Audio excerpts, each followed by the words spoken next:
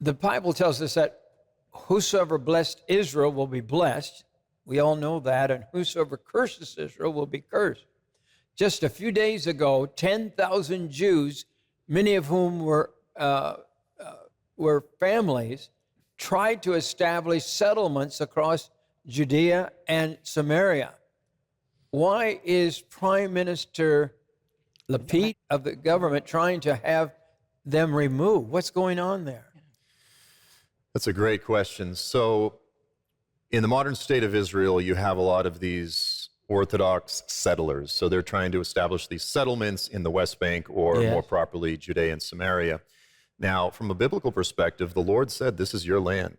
Israel, they have every God-given divine right to settle Yes. there. The problem, what this is in modern times, is a lot of politicians, they want to eventually get to the place of having a two-state solution where you would have Palestine and Israel.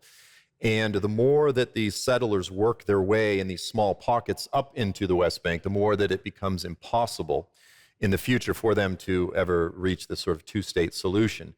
So it's a very complicated biblical, political situation. Now, again, the Lord said, this is your land. Now, He also said in Torah that you need to treat the people, the strangers, the aliens in the land properly, with kindness.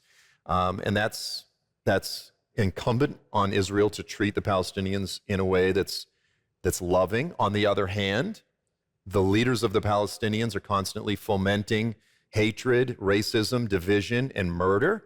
And a fairly significant percentage of the population embraces that and holds on to that victim mentality and that sort of thing. And I would say, just like a lot of the Democrat politicians today, they become essentially dividers, polarizers, race hustlers, and this type of thing. And that just sows division and conflict. But behind it all is the covenant that God made with Israel. It says, this belongs to you. Yeah. And so, yes, they have every right to do it if they do it, again, in a loving, biblical way, but it definitely complicates things politically. Yeah. Let's talk about the Abraham Accords. Is Israel being blessed by this agreement? What's going on? I've heard about it. It almost kind of comes and goes in our news, but what's going on there?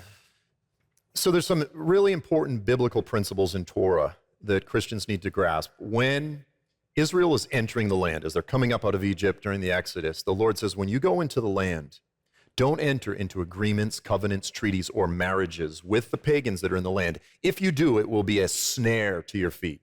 Okay, not a stumbling block. Stumbling block trips you up. Yeah. A snare is to kill you.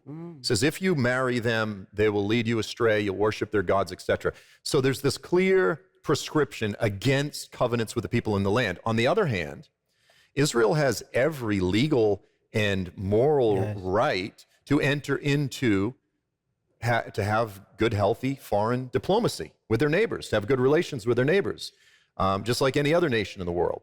So what happens is, in the Bible prophecy community, you get a lot of people that say, Israel, they shouldn't enter into these agreements with these Muslim nations. No, Israel has every right to have good, warm, friendly relations and treaties and this sort of thing, so long as they don't violate the prescription against entering into treaties and covenants that gives away the land, that violates the covenant, and so long as they don't put their trust in these agreements and these treaties and friendships, as long as their trust is in the Lord.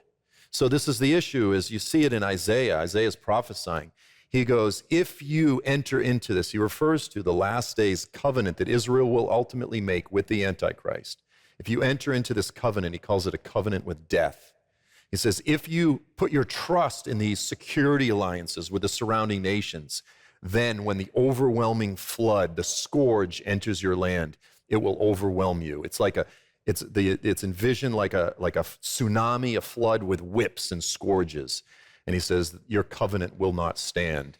And so there's profound end-time application to these principles that sometimes, I think, even in the prophecy community, they don't look at the nuance or the complexity of this. They say, well, Israel can't enter into these agreements. I go, no, they should. They can't put their trust in these things. Oh, wow.